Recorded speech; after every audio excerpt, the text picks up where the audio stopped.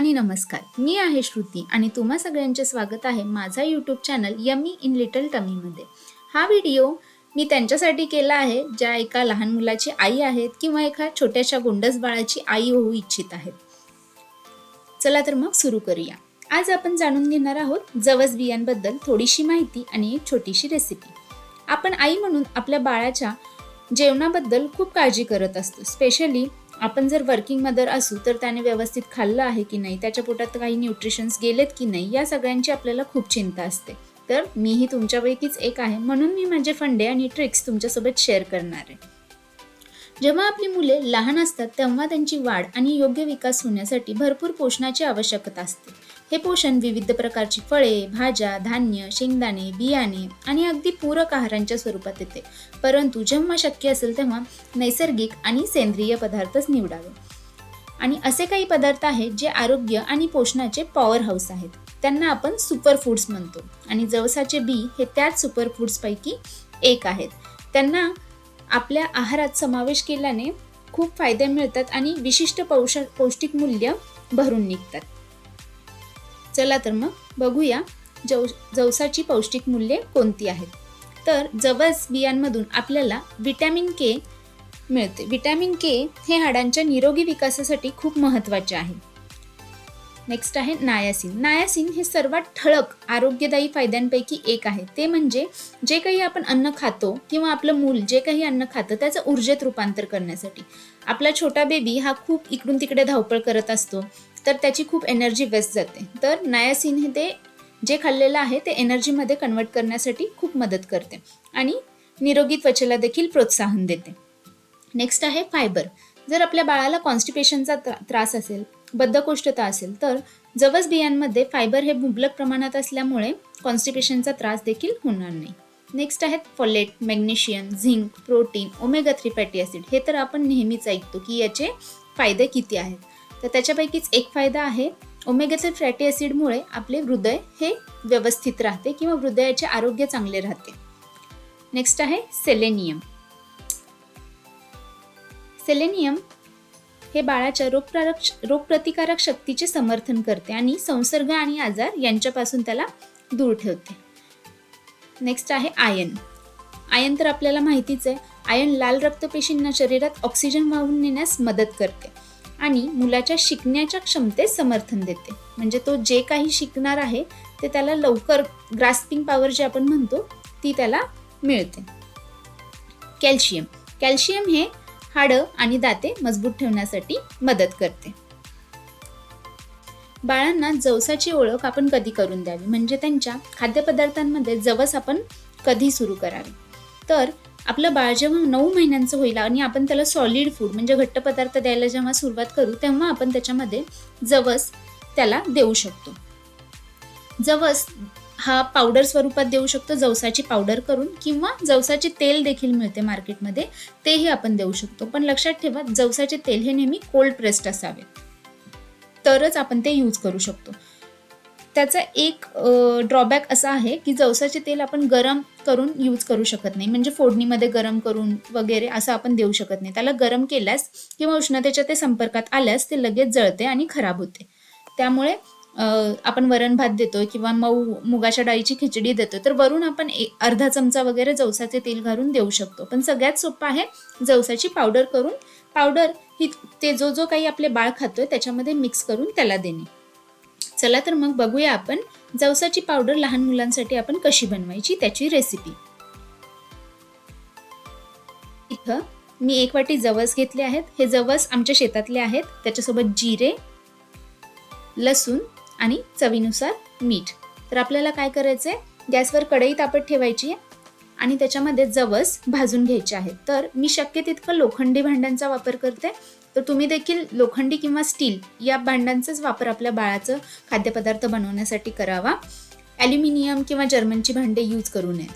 तर गॅस आपल्याला slow to medium ठेवून जवस चांगले भाजून घ्यायचे आहे. जवस चांगले भाजत आल्यावर त्याच्यातून आवाज येतो, म्हणजे ते तडतड उडायला लागतं, तेव्हा अशा प्रकारे एक आवाज येतो.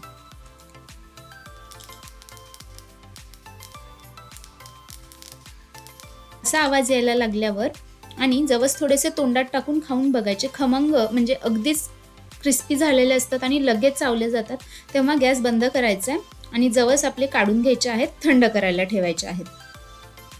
ते झाल्यानंतर आपल्याला त्याच्यासोबत जवस काढून घेतल्यानंतर जे लसूण आहे ते लसूण देखील आपल्याला थोडासा कढईत परतून घ्यायचा आहे. त्याच गरम कढईमध्ये लसूण थोडेसे त्याला हलकं भाजलेले डाग पडेपर्यंत परतून घ्यायचा आहे. तो देखील काढून घ्यायचा आहे. आणि त्याच्यानंतर जे जिरे आपण घेतले होते अर्धा चमचा, ते जिरे सुद्धा हलके थोडेसे कढईमध्ये भाजून घ्यायचे आहेत. हे झाल्यानंतर आपल्याला त्याला थंड होऊ द्यायचे आणि थंड झाल्यानंतर त्याला मिक्सरच्या भांड्यामध्ये जवस, भाजलेले जिरे, लसूण आणि चवीपुरतं मीठ घालून त्याची फाईन पावडर बनवून घ्यायची आहे.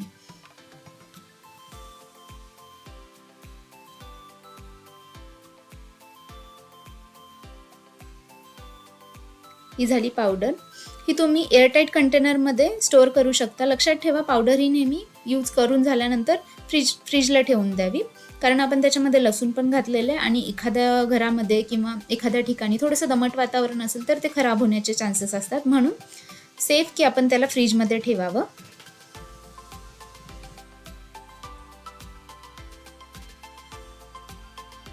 आता जवस आपण कसे द्यावे लहान मुलांना, तर मी काय करते, 5 किलो गव्हासाठी 100 ग्रॅम जवस हे गहू दळून नंतरच घालते. जर तसं शक्य नाहीये तर तुम्ही चपाती बनवताना किंवा घडीची पोळी जी आपण म्हणतो ती बनवताना जेव्हा आपण तेल लावून पोळी जेव्हा बंद करतो तेव्हा तुम्ही त्याच्यामध्ये जवसाची पावडर घालून ती पोळी दुमडून तशीच लाटावी, तसे देऊ शकता. किंवा तुम्ही जर तुमचं बाळ कुकीज आवडीने खात असेल तर कुकीजमध्ये सुद्धा, कुकीजचं जेव्हा आपण पीठ बनवतो, कणिक मळतो, तेव्हा त्याच्यामध्ये सुद्धा तुम्ही जवसाची पावडर वापरू शकता. सँडविच खूप लहान मुलांना आवडतात, खूप आवडणारा पदार्थ आहे. सँडविचमध्ये देखील आपण जवसाची पावडर आतमध्ये स्प्रिंकल करू शकतो आणि मग टोस्ट करून त्यांना देऊ शकतो. डोसा हा तर सगळ्यांच्या आवडीचा पदार्थ आहे, तर डोशावर देखील आपण जवसाची पावडर अशा प्रकारे भुरभरू शकतो. नेक्स्ट आहे दही. दही साखर मुलांना खूप आवडतं, म्हणजे स्पेशली माझ्या मुलाला तर खूप आवडतं. तर मी त्याला दही पराठ्यांसोबत कधीही दही देत असताना त्याच्यामध्ये जवसाची पावडर मिक्स करते आणि देते. आणि ऑमलेट जर आपलं बाळ आवडीने खात असेल तर ऑमलेट बनवून, म्हणजे दोन्ही साईडने भाजून झाल्यानंतर त्याच्यावर जवसाची पावडर भुरभुरावी आणि मग ते द्यावे. जवसाचे इतरही काही फायदे आहेत जे आपण मोठ्यांसाठी आहेत. लहानांना तर आहेतच, परंतु मोठ्यांना पण जवस हे खूप फायदेशीर आहे. तर त्यातलं पहिलं आहे, जवस हे कॅन्सर सेल्सची फाईट करते. जर आपण नियमित जवस खात असू तर ते आपल्याला कॅन्सर होण्यापासून वाचवते.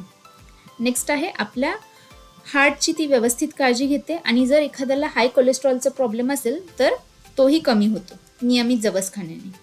एखाद्याला कॉन्स्टिपेशनचा त्रास असेल, बद्धकोष्ठतेचा त्रास असेल तर तोही जवस नियमित खाल्ल्याने कमी होऊन जातो. कोणाला हाय बीपीचा त्रास असेल तर त्यांनीही जवस नियमितपणे खावे, त्यांचा बीपी कंट्रोलमध्ये राहण्यास मदत होईल. ज्यांना वजन कमी करायचं, स्पेशली सगळ्या मम्मीज जे डिलेवरीनंतर ज्यांचं वजन वाढलेलं असतं त्यांना वजन कमी करायचं, त्यांनी देखील जवसाची पावडर नियमितपणे खायची, तुमचं वेट कंट्रोलमध्ये राहील. नेक्स्ट आहे, ज्यांना पिरियड्स या रेग्युलर येत नाहीत, त्यांना जर त्यांचे पिरियड्स रेग्युलर करायचे असतील तर त्यांनीही जवसाचा समावेश त्यांच्या दैनंदिन आयुष्यात करावा, त्यांना खरंच फायदा मिळेल. आणि सगळ्यात महत्त्वाचं, स्किन आणि हेअरसाठी सुद्धा जवस खूप म्हणजे उपयोगी आहे. तर मोठ्या माणसांनी जवस हे 4 ते 5 टेबलस्पून डेली खाऊ शकता.